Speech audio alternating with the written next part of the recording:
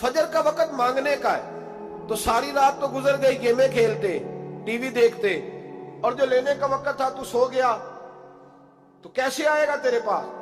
तो उठे सवेरे, बंदों से मांग के देख लिया, बड़ी इज्जतें खराब हुई। फजर का वक्त उठ के झोली फैलाए। मेरे रसूल पाक अलैहिस्सलाम फरमाते, रब फरमाते जब बंदे मेरे आगे झोली फैलाते मुझे शर्म आती है, कैसे खाली वापस कर दूं। तो उसके सामने झोली फैलाए सवेरे उठ के, रिस्क में बरकत होगी। और फिर एक और बात, पांचवी बात, रिस्क में तंगी उस वक्त होती है जब हम माल गलत जगह पे खर्च करते हैं। अल्लाह माल देता है अपने फजल से, और जब हम उसे जाया करें, मिसाल देता हूं, मेरे पास एक शख्स ने आके कहा हजरत जी बच्ची की शादी है, या मेरा घर में कोई बीमार है, या बड़ी आजमाइश है, 10,000 की जरूरत है, मैंने थमा दिया उसको। फिर मुझे बाद में पता चला कि ओहो वो तो अय्याशी कर रहा है पैसों से, वो तो चला गया कहीं घूमने और फलां होटल में, महंगे होटल में बैठ के खाना खा लिया, तो मेरे दिल पे क्या गुजरेगी उस शख्स के बारे में। बिला मिसालों बिला तशबीह समझाने के लिए अल्लाह ने माल दिया फजल से, और अगर अय्याशियों में लगा दिया। सूफिया फरमाते हैं कि अगर एक धेला तू हराम जगह पे खर्च करे ना, एक धेला, तो 1,00,000 दिनार की बरकत तेरे घर से उठ जाती है। एक धेला हराम जगह पे। ये जो गवैयों पे पैसे फेंकते हो हलाल है? चले बैंड बाजा तो शादी पे आपने अपनी मर्जी से बंद करना है या बजाना है, लेकिन गवैयों पे जो पैसे फेंकते हो जायज है? बोले तो वो फिर कहते, रोते हैं बाद में लोग कि पता नहीं क्या हुआ, शादी के बाद पीछे पीछे आए। तो मैंने कहा शादी के बाद इसलिए पीछे पीछे हाथ हो गया कि शराबें बड़ी पी गई शादी पे, तबाही बड़ी उतरी, तो फिर अल्लाह की रहमत नाराज हो गई। और इस पर मैं कुरान मजीद की आयत पढ़ता हूं, रब फरमाता है वमन आरदा अन जिक्री फइन्ना लहू मईशतन दनका, बड़ी सख्त आयत। वमन आरदा अन जिक्री, फरमाया जब तू मेरे तज़किरे से, मेरे जिक्र से मुंह फेर लेता है, फइन्ना लहू मईशतन दनका, तो मैं तेरी मईशत को, तेरे रिस्क को तंग कर देता हूं, तो तेरी जिंदगानी तंग होती। और जिसकी जिंदगी अल्लाह तंग करे उसकी कोई खोल सकता है? कहते हैं बड़ी जगहों पे गया हूं, बड़ी फूके मरवाई, बड़े दम कराए, हालात सही नहीं होते, तो मस्जिद आके तौबा कर। वो कह रहा फइन्ना लहू मईशतन दनका, ऐलान है कुरान पाक का कि जब तू मेरे जिक्र से मुंह फेरेगा, रोटी मेरी खाए और पैसे लेके अय्याशी करे, मस्जिद आई ना। हुक्म तो यह है कि जितनी जितनी नेमत बढ़ती जाए सजदे बढ़ने चाहिए, लेकिन हम लोग सजदे कम करते जाते हैं, फर्द नमाज भी नहीं पढ़ते, फिर रिस्क तंग होता है, फिर अल्लाह के अदल का निजाम चलता है, फिर खराबी होती है। इसलिए याद रखें, कुरान मजीद ने हुक्म दे दिया कि अगर चाहते हो कि रिस्क में बरकत हो तो फिर रिस्क देने वाले के आगे झुक जाओ, फिर रिस्क देने वाले के आगे झुको। तो माली परेशानी का बहुत बड़ा सबब यह है कि हम मस्जिद की तरफ नहीं आते, दीन की तरफ नहीं आते, पैसा नाजायज जगह पे खर्च होता है। आप यकीन करें, मस्जिदों का हाल खस्ता है, मदारस का हाल काबिल रहम है, काबिल रहम हालत है मदारस इस्लामिया की। और लोग पैसा कहाँ खर्च करते हैं? मैं तो ये रोना रोता रहता हूँ, हर जगह रोता हूँ। मैं दुनिया के किसी पाकिस्तान के कोने में बैठता हूँ तो रोना रोता हूँ। एक्टर पल गए, और अहले सुन्नत का तो वैसे अल्लाह हाफ़िज़ है, कवालों की कोठियां देखने के काबिल है। और नात खां जो सुर सीखते हैं रात को कहीं बैठ के और सिर्फ आवाज सुरीली है, उनके मकान पजारों देखने के काबिल है। और जिस शख्स ने सारी जिंदगी रसूलुल्लाह का दीन पढ़ाया है, सारी जिंदगी, शेखुल हदीस मिजाज के लोग हैं जिनकी बेटियों की शादियां भी होने वाली हैं। मदारस के बच्चे मोटे कपड़े पहन के गर्मियों में घूमते हैं, मोटे कपड़े। और कोई चौधरी अगर कभी देने आता है ना किसी मदरसे में पैसे, तो कहता है जी वो मैंने 50,000 रुपया खर्च करना है, तो कुछ जगह कोई काम बताए कौन सा होने वाला है। मैं क्या तू लहजा कहा रही, ये काम बताए। अब किसी इमाम की बेटी की शादी होने वाली है तो पहले तुझे जाके बताएं कि वो उस वहां हमने खर्च करने। कहते नहीं नहीं वो मेरा एतबार नहीं, तो एतबार नहीं तो जा दौड़ जा। यहां कोई भूखे नंगे लोग बैठे, ये रसूलुल्लाह का नाम लेते हैं, और जो मुस्तफा का नाम लेते हैं रब उन्हें इतना नवाजता है कि कहीं कोई कमी बाकी नहीं रहती। वो कमाल कर देता है जब वो देता है। दरवाजा रसूल से जिसे मिलता है, मेरे आला हज़रत बोल के कौन देता है? देने को मुंह चाहिए, देने वाला है सच्चा, देने वाला है सच्चा। मैं बहुत दूर था पंजाब के कोने में, तो महफिल से फारूक हुआ तो 5-5 हज़ार के ना 4 नोट एक चौधरी सामने लहदा लहदा करके, तो इस तरह शादियों पे नहीं देते। 2000 ਦਾ ਵੱਖਰਾ ਵੱਖਰਾ ਕਰਨਾ ਨਜ਼ਰ ਆਵੇ, ਉਹਨਾਂ ਨੂੰ ਕਿਤੇ ਨਾ ਲੱਗੇ ਕਿ 1000 ही दे गया। तो लहदा लहदा करके ना 4 नोट तो यूं किया, हज़रत साहब ये। मैंने कहा तू शायद मुझे जानता नहीं, पता नहीं मैं कौन हूं। उसने कहा क्या मतलब? मैंने कहा मुझे बड़ी बड़ी बड़ी मस्जिदों में लोगों ने कहा आ जाओ, मैंने कहा वहां रहना है जहां मस्जिद भी हो और अल्लाह की दी हुई इज्जत भी हो। बड़े इदारों में तो बातें बड़ी सुननी पड़ती है, तो तू समझा ही नहीं हमें, तूने ये किस तरह की बात कर दी? इसको उठा के ले जा। गैरत है बड़ी चीज जहां ने तगोदो में, पहनाती है ये फक्र को ताजे सरदारा। एक साहब मुझे टेलीफोन करके कहने लगे जनाब एक टाइम चाहिए था। मैंने कहा मैंने यार सारे वक्त इत्तेफाक की बात है कि 6-6, 7-7, 8-8 महीनों कब लोग वक्त ले लेते हैं, तो टाइम नहीं है। कहने लगे मेरा तो उमरा करांदा भी इरादा सी, मेरा तो मैंने कहा मैंने कभी ख्वाब में भी नहीं सोचा था कि मैं मदीने की इतनी हाजिरी दूंगा, जितनी मेरे रब ने मुझे दिलाई है। तू मुझे कौन सी बात बताता है? ये तो मेरे रब का फजल है।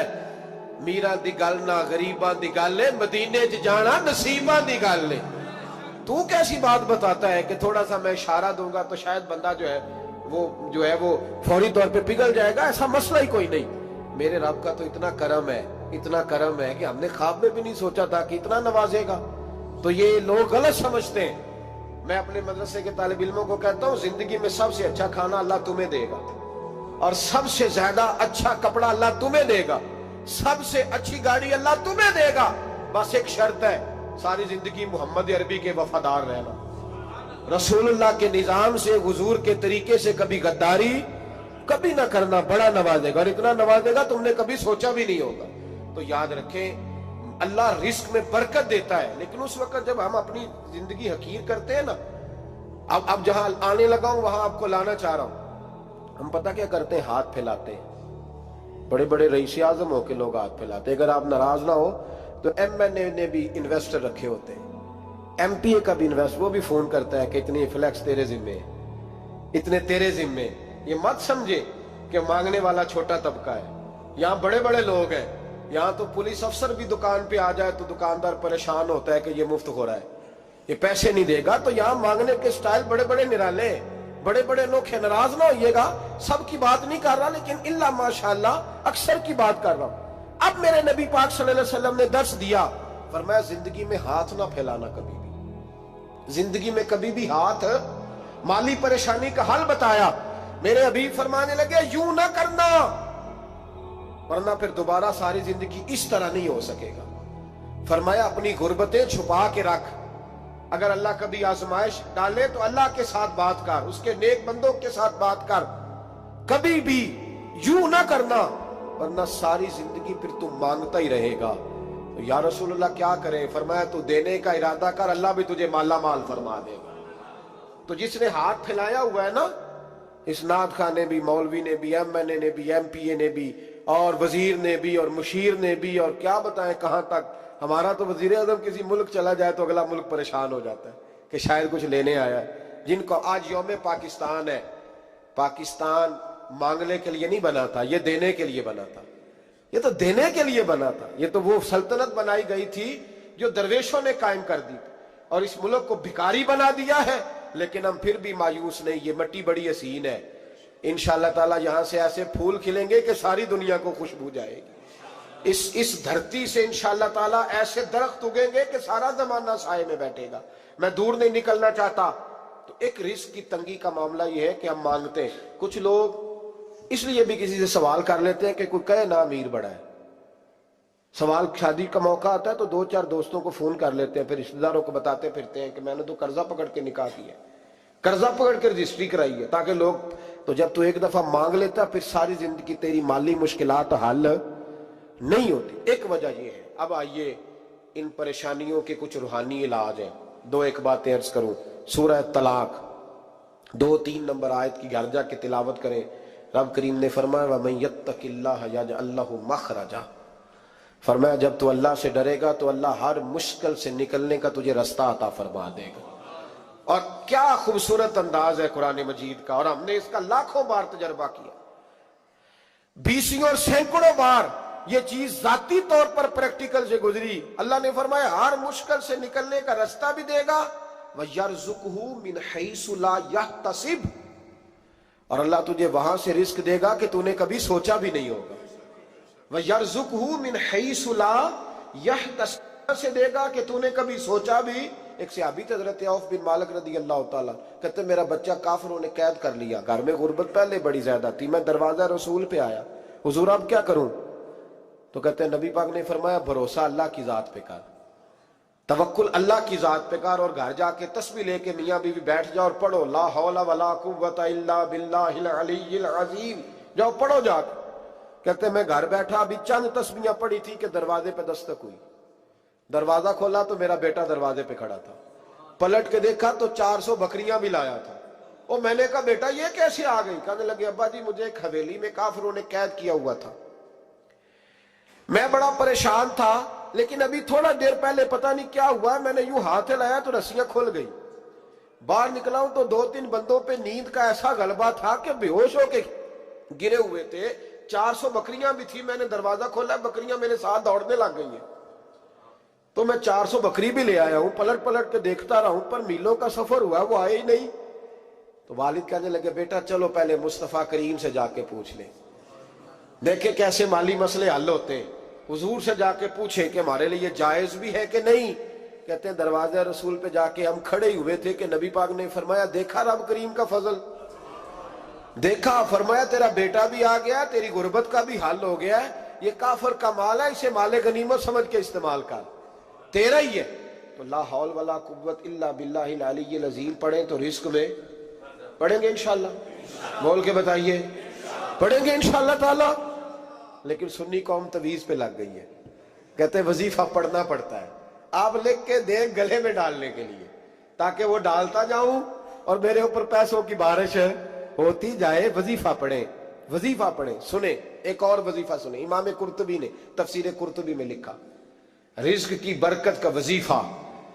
امام قرطبی نے لکھا ہے حضرت انس بن مالک رضی اللہ تعالیٰ عنہ کہتے ہیں ایک شخص حضور کی بارگاہ میں آیا، کہا یا رسول اللہ صلی اللہ علیہ وسلم غربت بڑی ہے، بڑا دکھی ہوں، بڑا پریشان ہوں. تو حضور نے وظیفہ بتایا، فرمایا جب بھی گھر جاؤ نا گھر والوں کو سلام کہنی ہے، السلام علیکم. یعنی کب کہنی ہے؟ جب بھی جاؤ. کب کہنی ہے؟ یعنی گھر سے نکلے ماچس لینے کے لیے، واپس آ کے کہنا السلام علیکم. پھر گھر والوں نے کہا ہو یاد نہیں رہا تھا، وہ تو چینی بھی ختم ہو گئی ہے. پھر گئے چینی لینے تو واپس آ کے پھر السلام علیکم. انہوں نے کہا خو ناراض نہ ہوئیے گا، پتی بھی نہیں چائے کی. اب واپس گئے تو پھر واپس آ کے کیا کہنا ہے؟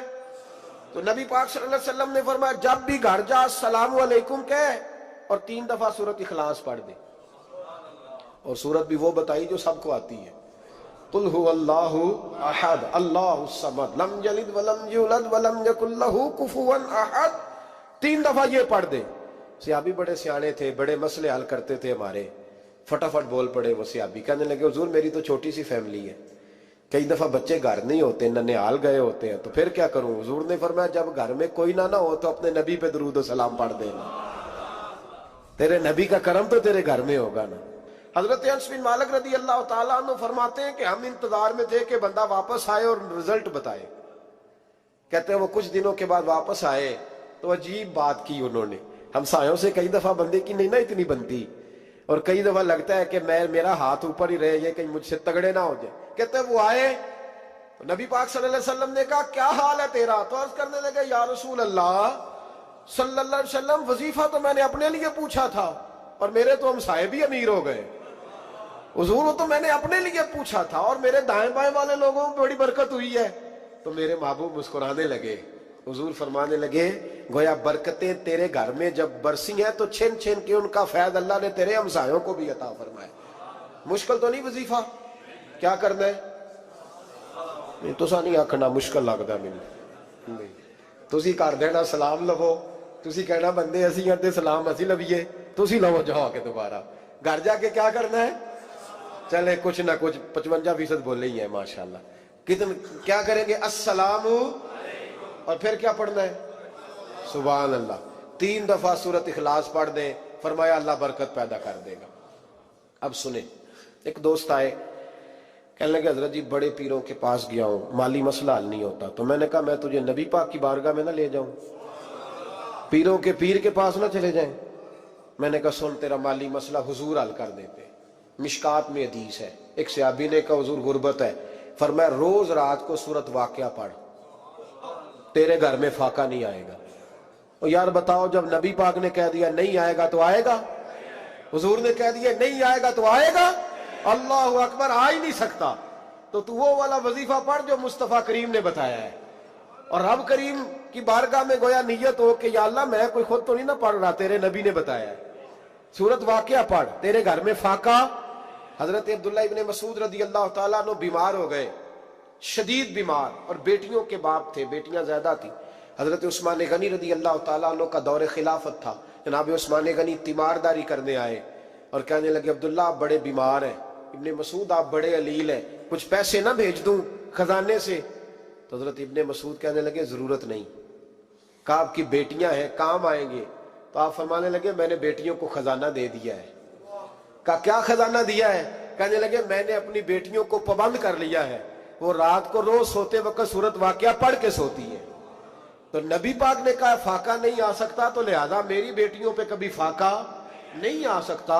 تو روز یہ تو کہتے ہو داماد جی سے کہ بھئی آپ مہربانی کرو, کو خرچہ بڑھاؤ, بچی بڑی پریشان ہے, تو بچی کو بھی ایک خزانہ دے دو, اس کو بیٹے روز رات کو سورت واقعہ پڑھا کر. رات سورت واقعہ پڑھے, صبح سورہ ملک پڑھے, دن کے وقت سورت بقرہ پڑھے. میرے نبی پاک صلی اللہ علیہ وسلم نے فرمایا جس گھر میں سورت بقرہ پڑھی جائے, جن تو کیا شیطان بھی دوڑ جاتا ہے. تو کوئی جادو اثر کر سکتا ہے؟ تو ان وظیفوں پہ عمل کریں جو نبی پاک صلی اللہ علیہ وسلم نے ہمیں عطا کیے ہیں. حضور غوث پاک نے بھی ایک وظیفہ بتایا ہے, وہ بھی بتا دوں آپ کو. غوث اعظم رضی اللہ تعالیٰ عنہ کی خدمت میں ایک شخص آیا, اس نے کہا حضور بڑی تجارت کرتا ہوں, کام نہیں چلتا. فرمانے لگے اب تو اللہ سے تجارت شروع کر دے. کیا مطلب؟ فرمانے لگے 10 کمائے تو ایک اللہ کے رستے میں دے, رب کریم اس کے بدلے میں تجھے 70 عطا فرمائے گا. اس نے کہا حضور اس طرح کروں؟ فرمایا تو یہ کر کے دیکھ, عبد القادر جیلانی وعدہ کرتا ہے اللہ تیری مدد کرے گا. غلام کہتے ہیں وہ 6 مہینے کے بعد آیا. پہلے جب آیا تھا تو پیدل آیا تھا, 6 ماہ کے بعد آیا تو 6 اونٹ تھے اس کے پاس, اور آ کے حاضر ہوا. تو کہنے لگا حضور زندگی پتہ نہیں کہاں گزار دی, کاروبار کا تو مزہ ہی اب آیا ہے, اب مزہ آیا ہے کاروبار کرنے کا, اب مزہ آیا ہے. کہ 10 میں سے 1 دیتا ہوں, پتہ نہیں کتنا مہربان ہے. اور یہ آیت ہے وَيَرْزُقْهُ مِنْ حَيْثُ لَا يَحْتَسِبُ, تجھے وہاں سے دے گا کہ تیرا کبھی گمان بھی نہیں گیا ہوگا. روحانی معاملات کو بھی ضرور شامل حال رکھیں, اور مال مانگے اس سے جو بے حساب دیتا ہے, دنیا داروں سے نہیں مانگے, اس سے مانگیں جو دیتا ہے تو پھر بے حساب ہی دیتا ہے. دعا کرتا ہوں